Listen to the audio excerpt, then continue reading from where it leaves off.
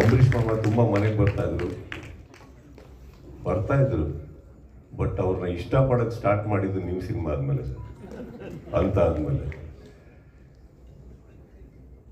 ಈ ಸಂಭ್ರಮದ ಬಗ್ಗೆ ಹೇಳಬೇಕು ಅಂದರೆ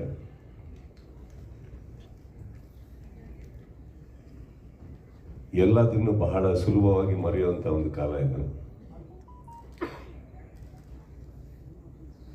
2 ಸಿನಿಮಾ ಆಗ್ತಿದ್ದಂಗೆ 200 ಸಿನಿಮಾ ಮಾಡಿರುವಂಥ ವ್ಯಕ್ತಿಗಳನ್ನು ಮರೆಯುವಂಥ ಕಾಲ ಇದು. ಒಂದು ಕಾರ್ ತಗೊಂತಿದ್ದ ಹಾಗೇನೆ ಕಾರು ನಿಮಗೆ ಬರೋ ಹಾಗೆ ಮಾಡಿದಂಥ ಚಿತ್ರರಂಗನ ಮರೆಯುವಂಥ ಕಾಲ ಇದು. ಅಂಥದ್ರಲ್ಲಿ ಈ ವೇದಿಕೆ ಮೇಲೆ ಕೂತ್ಕೊಳ್ಳೋದಕ್ಕೆ ಬಹಳ ಹೆಮ್ಮೆ ಆಗುತ್ತೆ ನನಗೆ. ಬಿಕಾಸ್ ಇಲ್ಲಿ ಕೂತಿರೋರು, ಎದುರುಗಡೆ ಕೂತಿರೋರು ಯಾರೂ ಕಮ್ಮಿ ಸಾಧಕರಲ್ಲ. ಬಟ್ ಈ ಥರ ಒಂದು ಸಂದರ್ಭದಲ್ಲಿ ಈ ಥರ ಒಂದು ಪ್ರೋಗ್ರಾಮ್ ನಡೆದಾಗ ಎಷ್ಟೋ 1000 ಅವಾರ್ಡ್ ಸೆರೆಮನೀಸ್ಕಿನ್ನ ಬೆಟ್ರ್ ಅಂತ ಅನ್ಸುತ್ತೆ ಇಂಥದ್ದು. ಅದರಲ್ಲಿ ಬರೀ ಗ್ಲೋರಿಫೈ ಮಾಡ್ಕೋತೀವಿ ನಾವು. ಅದರಲ್ಲಿ ಯಾವುದನ್ನು I don't mean to humiliate any awards, but we just glorify ourselves. That small 1 year achievement.